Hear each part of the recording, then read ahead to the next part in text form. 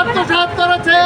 আজকে সেই ধর্মের বাবা, গতকাল আপনারা দেখছেন সালমান এফ রহমান ধর্মের বাবা দাড়ি-মুছ ফেলে দিয়ে হিন্দু সেজে সুরে কবর লাগায়ে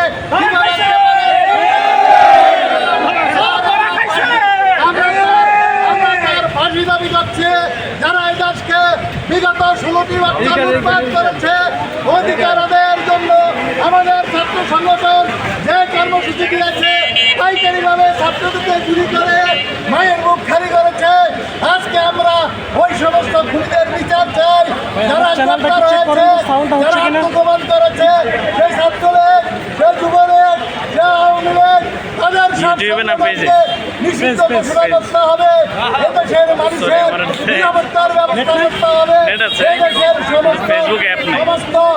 এদেশের সমস্ত মানুষকে টাকা পয়সা লুটপাট করে হাজার কোটি টাকা বিদেশে প্রচার করে আমাদের দেশটাকে পঙ্গু করার জন্য চাচ্ছে।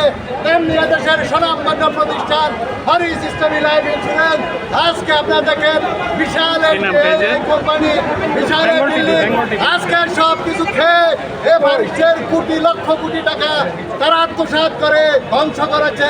সালমান এফ রহমান তথা ধর্মের বাবু, আজকে ধর্মের বাবু গ্রেপ্তার হয়েছে।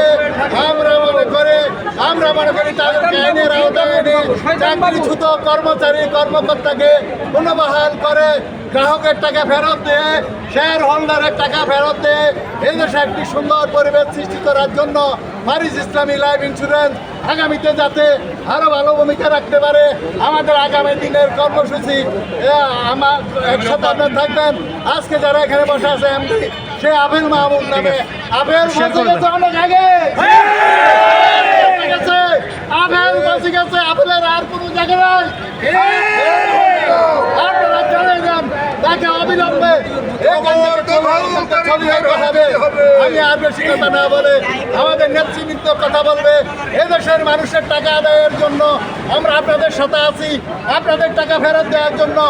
এই ডাকাত, এই তথাকথিত এরাই রাজাকার, এরা সারা দেশের মানুষকে রাজাকার বানাইছে, তারাই মূলত রাজাকার। রাজাকারের ছেলে থেকে তার মেয়ে নিয়ে দিছে, সে রাজাকারের কথা বলে তার লজ্জা নাই।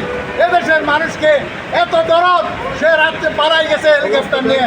আমি মনে করি সমস্ত ব্যাংকগুলো লুট করেছে, সমস্ত অর্থনীতি লুট করেছে, বিমা প্রতিষ্ঠান লুট করেছে, লুটপাট করে বাংলাদেশে আর কিছু নেই। এখন আমরা ঐক্যবদ্ধভাবে আর নতুন দেশ গঠন করবো।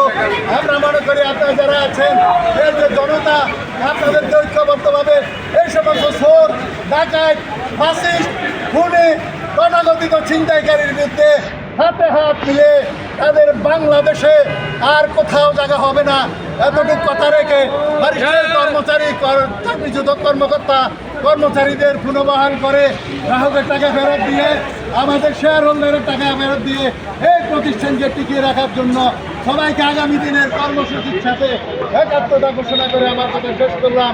আসসালামু আলাইকুম ওয়া রাহমাতুল্লাহি ওয়া বারাকাতুহু।